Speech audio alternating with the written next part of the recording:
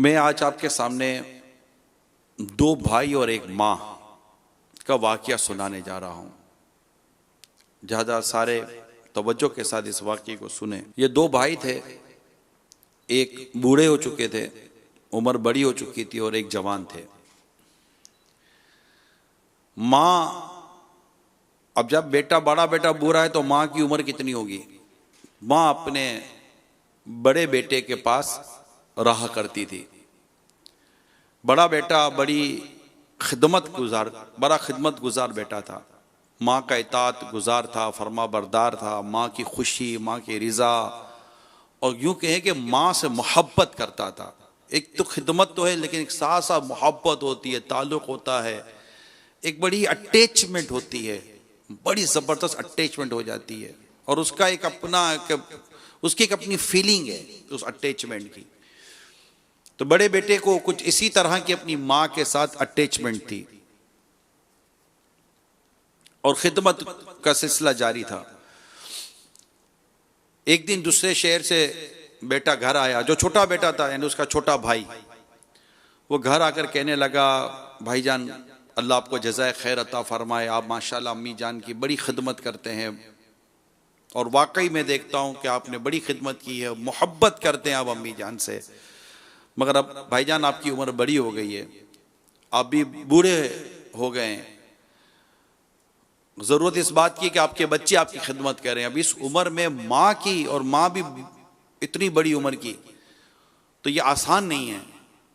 मेरी दरख्वास्त है कि मैं माँ को अपने साथ ले जाता हूँ। मुझे भी बड़ी तमन्ना है कि मैं भी माँ की खिदमत करूँ, मैं भी सवाब कमाऊँ, मुझे भी मेरी माँ से बहुत मोहब्बत है, वगैरह वगैरह। बड़े भाई ने कहा कि आप मुझसे मेरे बुढ़ापे में इतना बड़ा सवाब का और इतनी बड़ी नेकी का वो जो जरिया है वो छीनना चाहते हो?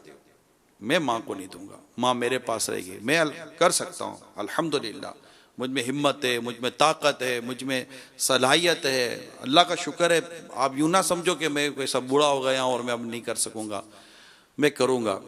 छोटे भाई ने कहा, भाईजान आपके जज्बे बहुत अच्छे हैं, लेकिन मैं माँ को लेके जा रहा हूँ। यूं दोनों में माँ के ताल्लुक से बहस छिड़ गई। अब वो अपने दलाइल दे रहे हैं, बड़े भाई, छोटा बेटा अपने दलाइल दे रहा है, यूं बहस चलती है, हत्ता के बात आस पास पड़ोसी और रिश्तेदारों तक पहुंच गई। केस क्या था? केस ये था कि बड़ा बेटा कहता था, जो बूढ़े थे, बड़ी उम्र के थे, बड़ा बेटा कहता था माँ मेरे पास रहेगी, छोटा बेटा कहता था माँ मेरे पास रहेगी। बड़ा बेटा कहता था मैं माँ की खिदमत करूंगा, छोटा बेटा कहता था नहीं भाईजान मैं माँ की खिदमत करूंगा। वो दोनों अलग अलग शहरों में रहते थे, लेकिन दोनों माँ के ताल्लुक से एक दूसरे से बहस में लग गए। खैर आसपास पड़ोस, रिश्तेदार, खानदान वाले जमा हुए, बातचीत होती रही, लेकिन कोई हल नहीं निकल रहा था। वो दोनों अपने अपने दलाइल दिए चले जा रहे थे। हत्ता के जब छोटे भाई ने ज्यादा वो किया तो दोनों भाइयों ने अदालत में मुकदमा कर दिया। मुकदमा क्या था कि मां किसके पास रहेगी? मुकदमा क्या था? मां किसके पास रहेगी? काजी ने दोनों के दलाइल सुने, दोनों की बातें सुनी, और खूब गौर खोज किया, लेकिन दोनों के दलाइल, दोनों की बातें, दोनों की मोहब्बत, दोनों की अकीदत, दोनों की चाहत, दोनों की तलब मिसाली। काजी फैसला नहीं कर पा रहे कि मैं इनकी बूढ़ी माँ को दूं किसको, छोटे को दूं कि बड़े को दूं। काजी ने, जो आज हम जिसको जज कह सकते हैं, काजी ने दोनों भाइयों को अपने चैम्बर में बुलाया, अपने ऑफिस में, और दोनों को अलग से बिठाकर समझाया। वरना दोनों ना माने भाई, बोले नहीं माँ मेरे पास रहे, बोला माँ मेरे पास रहेगी। कहा भाईजान आप बड़े हो गए हैं, बूढ़े हो गए हैं, अब नहीं कर सकेंगे। भाई कहे कि अब तक तो किया है ना भाई, मुझे बताओ मेरी खिदमत में क्या कमी रह गई है, मैंने क्या माँ को तकलीफ पहुंचाई है? छोटा कहे कि भाईजान मुझे भी तो सवाब कमाने दे, मैं भी तो माँ की खिदमत करना चाहता हूँ, मेरे बच्चे अपनी दादी के साथ रहना चाहते हैं, मेरी बच्चों की अम्मी अपनी सास की खिदमत करना चाहती है। मेरी फैमिली चाहती है कि हम भी ये सवाब हासिल करें। अब दोनों, अब जज पर काजी साहब का फैसला नहीं हो पा रहा। अब काजी साहब ने कहा कि मुझसे तो फैसला नहीं हो रहा, इनकी मां को लाया जाए। अब दोनों भाई अदालत में, अदालत खचाखच भरी हुई है, एक अपनी नौइयत का मुनफरिद मुकदमा चल रहा है कि दो भाई मां की मोहब्बत में मुकदमा लेकर आए हैं कि मां मेरे पास रहेगी, वो बोले मां मेरे पास रहेगी। कमाल का मुकदमा था। मां को दोनों भाई एक एक एक एक व्हील चेयर पर अदालत में लाए, दोनों के आंसू निकल रहे हैं, दोनों रो रहे हैं। मां का वजन कितना? मां इतनी बूढ़ी थी कि उसका वजन 20 kg था, 20 kg का उसका वजूद था, इतनी कमजोर, लागिर और बीमार। मतलब अब जो बुढ़ापे में क्या होता है, ऐसी मां की पोजीशन थी। दोनों भाई लाए।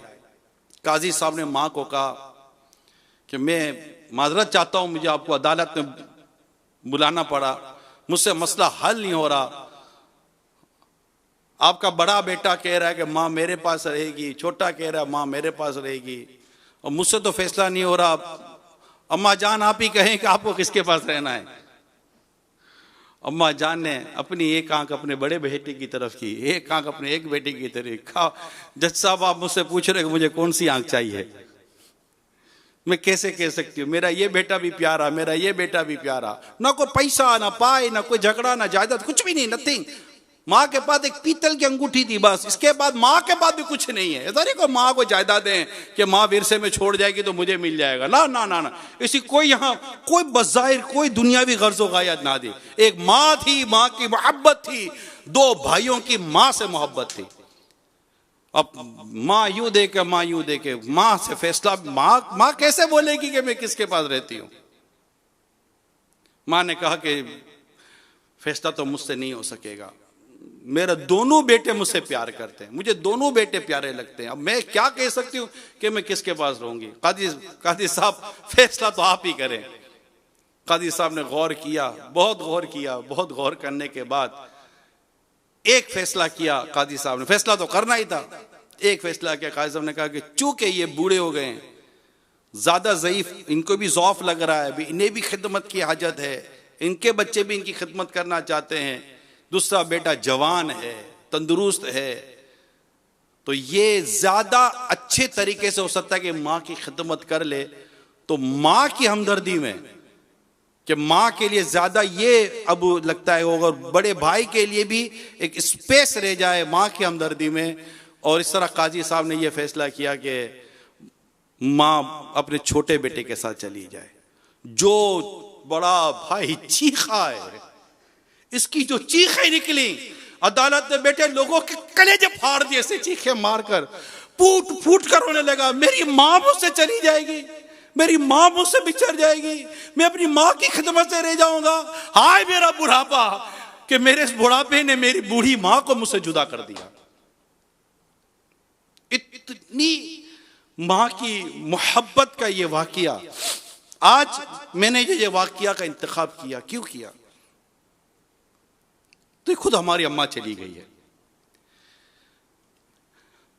मगर आज मैं ये सोच रहा था कि कोरोना की वबा बड़ी आम है और ज्यादातर हमारे यहाँ बूढ़ों को ये ज्यादा इफेक्टेड है। और हमारे यहाँ जो बूढ़े होते हैं ना, ये वैसे ही बीमार होते हैं बेचारे। इनके शुगर के मसाइल, इनके ब्लड प्रेशर के मसाइल होते हैं, इनके आजकल जिगर के प्रॉब्लम्स बहुत हैं, हार्ट प्रॉब्लम बहुत हैं, किडनी इश्यूज आजकल आए हुए हैं। फिर एक स्टेज आता है कि वो बड़ी मतलब कि बेचारियों की लाचारी सी हो जाती है, चल नहीं सकते, उठ नहीं सकते, बैठ नहीं सकते, पानी भर जाते हैं, जहन काम नहीं कर रहा होता। ऐसे हालात में कोई रखने के लिए तैयार नहीं होता माँ को या बाप को, कि कौन रखे।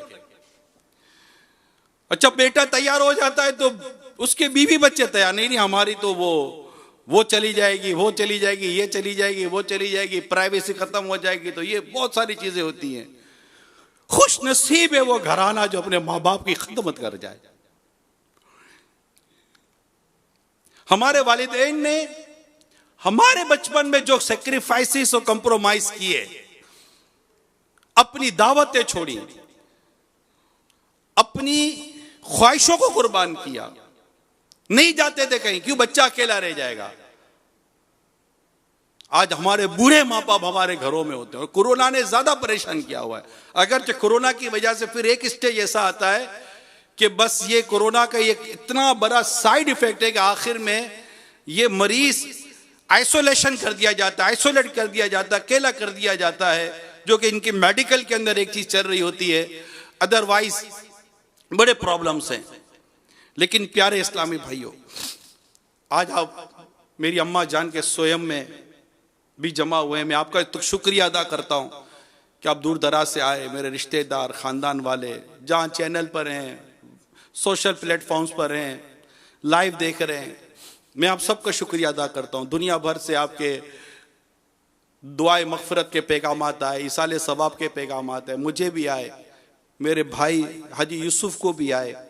अगरचे हम दोनों खालाजाद भाई ही कहलाएंगे, लेकिन जाहिर है कि वो रहे एक साथ, पले बड़े एक साथ है। जब मेरी उम्र 10 साल की थी तब वो उनकी विलादत हुई, जब 3 साल के थे तो इनके वालिद साहब चले गए, तो उस पर मेरी उम्र तकरीबन 13 साल की थी। उसके बाद हमारी अम्मा जान ने ही हमको पाला पोसा बड़ा किया, और आज आपके सामने जाना तो है सबको एक न एक दिन। अम्मा चूंकि बीमार थी, मेरी वालिदा भी बीमार थी, मेरी अम्मा भी बीमार थी, वालिद साहब भी बीमार थे, सब चले गए, बड़े भाई बीमार थे वो चले गए, पिछले दिनों मामू बीमार थे वो चले गए, तो यूं एक एक करके सब जाते हैं। लेकिन घर में बीमार हमारे बुजुर्ग, हमारे वालिदैन जो घर में बीमार हैं, इनको बीमारी में ये फीलिंग नहीं होनी चाहिए कि मैं अकेला हूं, मुझे कोई देखने वाला नहीं है, मुझे कोई पूछने वाला नहीं है।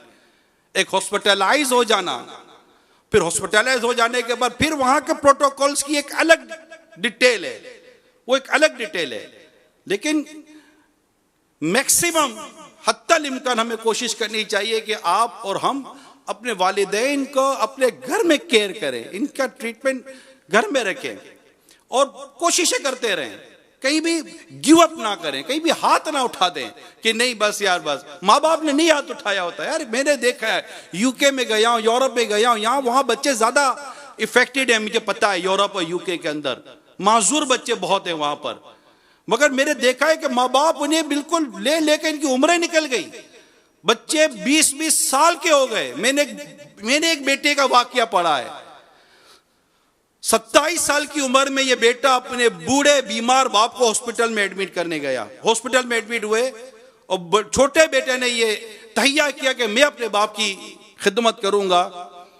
खिदमत 2 दिन 2 माह 4 माह की नहीं थी, मैंने किताब में पढ़ा है तकरीबन 13 साल उनके बूढ़े बाप अस्पताल में रहे। 13 साल तक ये 27 साल का नौजवान बेटा 40 साल का हो गया, मगर इसने अस्पताल में अपने बाप की खिदमत की। 13 ईयर्स कंटिन्यू उसने अपने वालिद साहब की खिदमत की। अस्पताल पे चाहती थी, अलग लोग आगे निकल गए, कहां के कहां मामला निकल गया, उसे नहीं पता था कि अस्पताल के बाहर की जिंदगी कितनी बदल गई है।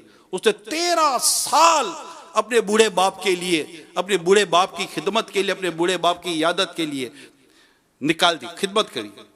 हॉस्पिटल में रहे, हॉस्पिटल के बिल्स भी बनते हैं, मगर करते रहे खिदमत। कम है ऐसी औलाद, मगर है, मैं ये नहीं कहता। आज मेरा बयान है ऐसी औलादों के लिए, खिदमत के लिए, कि आज बीमारियां बढ़ गई है, महज पैसे देने से काम नहीं चलता, खिदमत करनी पड़ती है, बैठना पड़ता है। बल्कि मैं कहूं कि यह मौका मिलता है फैमिली को, पोतों को मौका मिलता है, नवासों को मौका मिलता है, बेटे को मौका मिलता है, बहू को मौका मिलता है। बेटियां बाद औक़ात शादी के बाद वो इतनी ज्यादा इसमें अपनी खिदमत अंजाम नहीं दे सकती, लेकिन जो पोते पोतियां जो घर में उसकी हैं उनको मौका मिलता है। अगर मर्द बीमार है बूढ़े तो उनके लिए, लड़कों के लिए ज्यादा चांसेस है। अगर माँ बीमार है बूढ़ी, उनके लिए, औरतों के लिए, बच्चियों के लिए ज्यादा चांसेस है। इसमें सवाब है, सवाब, खिदमत का सवाब।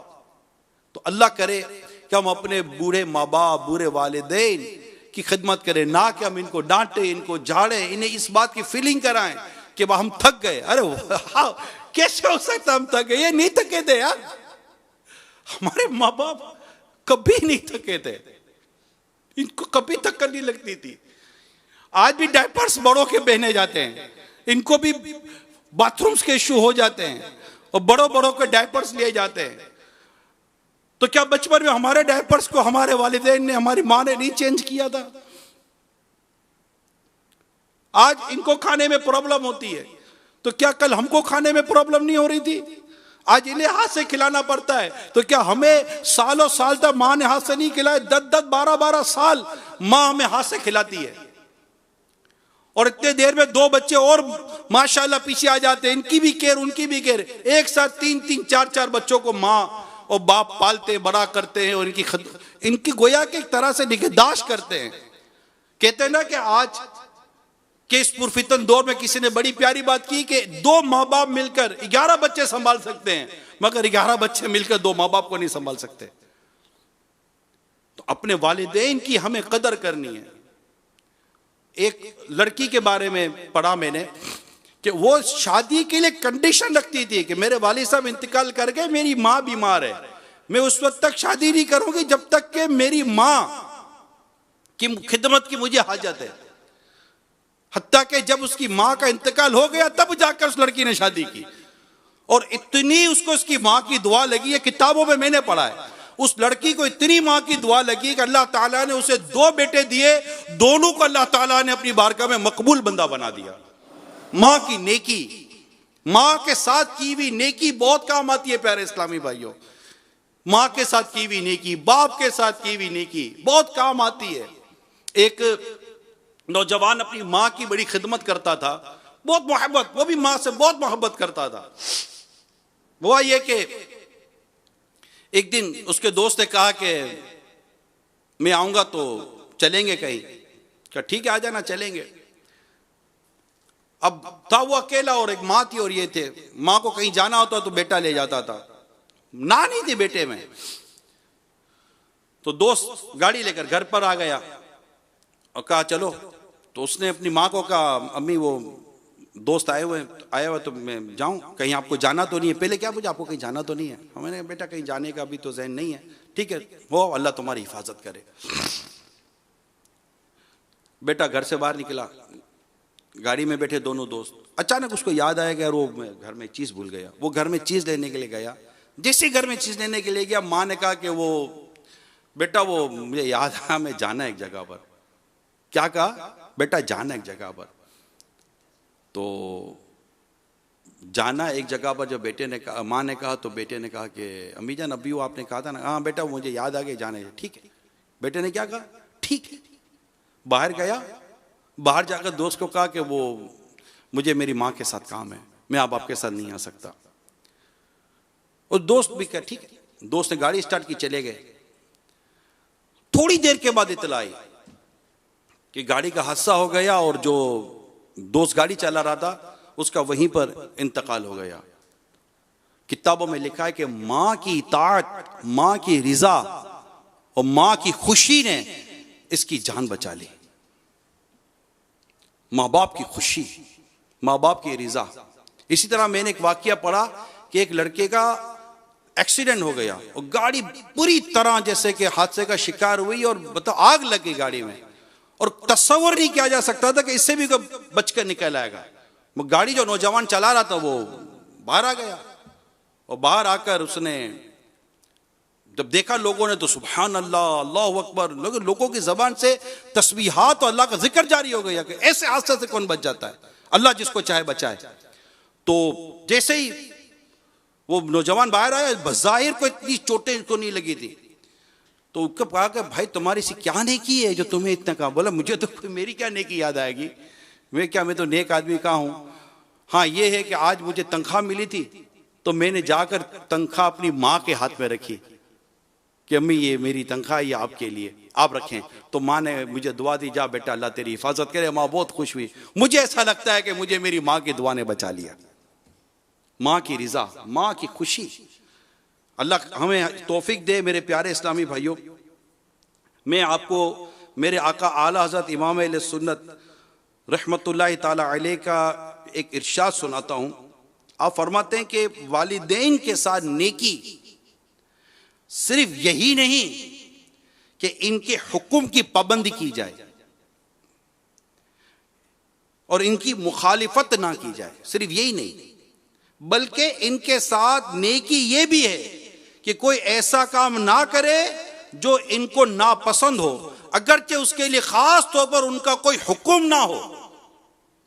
इसलिए इनकी फर्मा बरदारी और इनको खुश रखना, आला हज़रत इमाम अहले सुन्नत लिखते हैं, इसलिए इनकी फर्मा बरदारी और उनको खुश रखना दोनों वाजिब है, और नाफरमानी और नाराज करना हराम है। तो अल्लाह ताला हमें वालिदैन का मुत्ती और फर्मा बरदार रखे, हमें इसकी बरकत अता फरमाए। जिनके वालिदैन जिंदा हैं, हयात हैं, या दोनों में से किसी एक को अल्लाह ताला ने जिंदगी दी हुई है, उनकी कदर करें, इनसे मोहब्बत करें, इनकी खिदमत करें, इन्हें तन्हाई का एहसास ना होने दें, इन्हें इस बात का एहसास ना होने दें कि मेरी औलाद मुझसे तंग है, मेरी औलाद मुझसे बेजार है। हो सके तो इन्हें अपने हाथों से खिलाएं। मेरे शेख तरीक़त पीर व मुर्शिद अमीर अहले सुन्नत अल्लामा मौलाना मोहम्मद इलियास अत्तार कादरी रज़वी मुद्दाज़िलुल आली अपने रिसाले समुंदरी गुंबद के पेज नंबर 7 पर लिखते हैं, हज़रत सैयदना मूसा कलीमुना अला नबीना व अलैहि सलातो सलाम ने अल्लाह पाक के दरबार में अर्ज की, या अल्लाह मुझे मेरा जन्नत का साथी दिखा दे। अल्लाह करीम ने फरमाया, फुला शहर में जाओ, वहां फुला कस्साब गोश्त फरोश जो होते हैं वो जन्नत में तुम्हारा साथी है। चुनाचे हजरत सैयदना मूसा कलीमुल्लाह अला नबीना व अलैहि सलातो सलाम वहां उसके पास तशरीफ ले गए। अब तशरीफ ले गए, वो पहचानता तो था नहीं, मगर उसने मेहमान नवाजी की, उसने आपकी दावत की। जब खाना खाने बैठे तो उसने एक बड़ा सा टोकरा अपने पास रख लिया, अंदर 2 निवाले डालता और एक निवाला खुद खाता, अंदर 2 निवाले डालता, एक निवाला खुद खाता, अंदर 2 निवाले डालता, एक निवाला खुद खाता। इतने में किसी ने दरवाजे पर दस्तक दी, नॉक की। वो उठा और बाहर गया। सैयदना मूसा कलीमुल्लाह अला नबीना व अलैहि सलातो सलाम अल्लाह के नबी हैं। उन्होंने उस टोकरे की तरफ देखा तो उसके अंदर 2 बूढ़े मर्द और औरत थे, ज़ईफुल उम्र, बूढ़े मर्द और औरत। सैयदना मूसा कलीमुल्लाह अलैहि सलाम पर नजर पड़ते ही उनके होंठों पर मुस्कुराहट फैल गई। उन्होंने आपकी रिसालत की गवाही दी, यानी शहादत दी, और उसी वक्त उनका इंतकाल हो गया। अब बेटा वापस आया तो उसने उस जंबील टोकरी की तरफ जब देखा तो वालिदैन फौत हो चुके थे। अब वो समझ गया और उसने हज़रत मूसा अलैहिस्सलाम के दस्त बोसी की, हाथ चूमे और अर्ज की, आप अल्लाह के नबी हज़रत मूसा अलैहिस्सलाम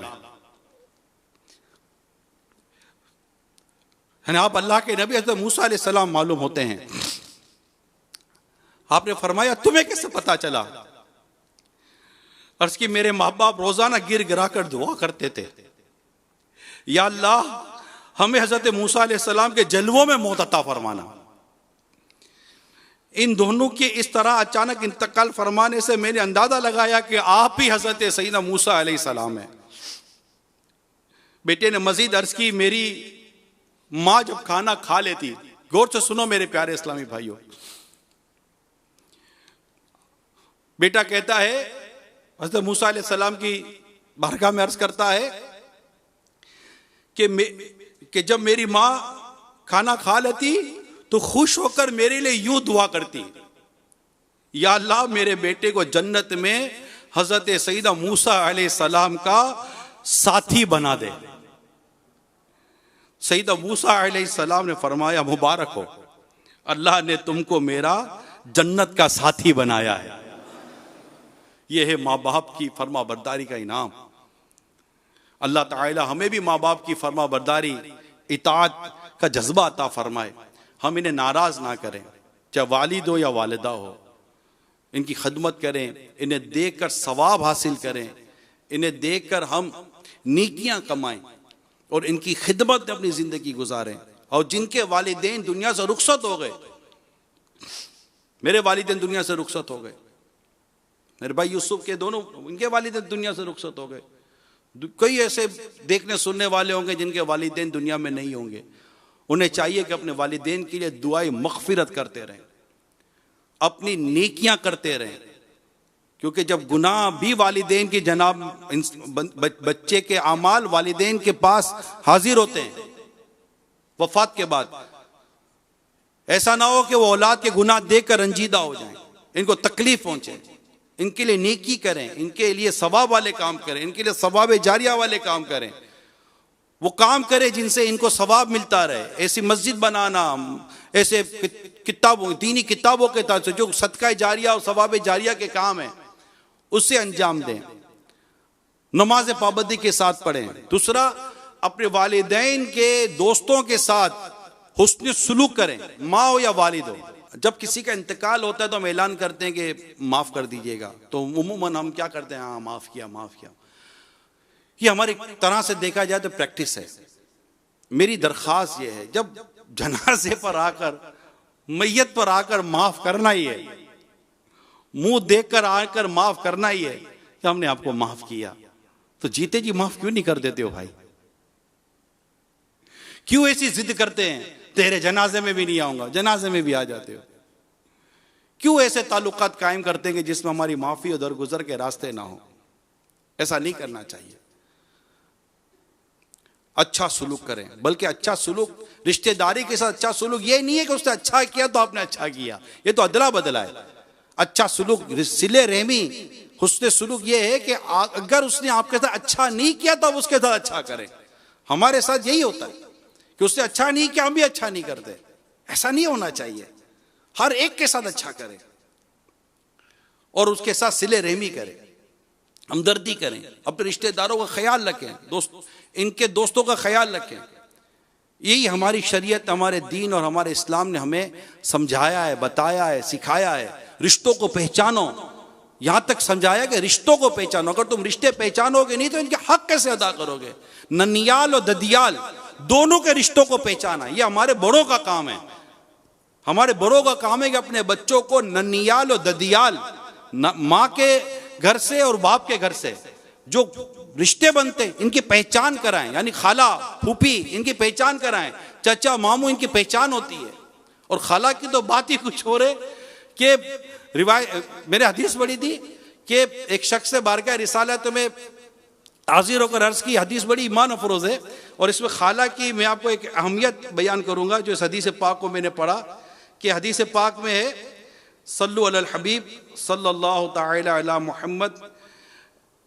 हज़रत इब्न उमर रज़ियल्लाहु तआला अन्हु से रिवायत है कि एक शख्स ने नबी अकरम सल्लल्लाहु तआला अलैहि वसल्लम की खिदमत में हाजिर होकर अर्ज की, या रसूल अल्लाह सल्लल्लाहु तआला अलैहि वसल्लम, मैंने बहुत बड़ा गुनाह कर लिया है, तो क्या मेरी तौबा हो सकती है? फरमाया, क्या तेरी माँ है? अर्ज किया, नहीं। फरमाया, क्या तेरी कोई खाला है? अर्ज किया, हाँ। फरमाया, इससे अच्छा सुलूक करो। यहां खाला का जिक्र है खास तौर पर कि वो अदब में, ताजीम में, एहतराम के ताल्लुक से माँ की मिसल है। माँ के तो अपने हुकूक बहुत होते हैं, लेकिन यहां खाला का जिक्र किया गया। तो रिश्ते पहचानेंगे तो बात बनेगी ना। और पता चला कि बहुत बड़ा गुनाह जैसे हो गया था, अब उसकी तौबा के लिए जब वो बारगाह रिसालत में हाजिर होता है तो सरकार सल्लल्लाहु तआला अलैहि वसल्लम फरमाते, क्या तेरी माँ है? शरा में लिखा है कि इस तरह गुनाह की मग़फ़िरत यानी तौबा होने का एक तरीका बताया जा रहा है कि इनके साथ नेकी करने से अल्लाह ने चाहा तो तुम्हारे साथ गुनाह माफ हो जाएंगे। नेकी है ना, नेकी गुनाह को मिटा देती है। अल्लाह अमल करने की तौफीक अता फरमाए।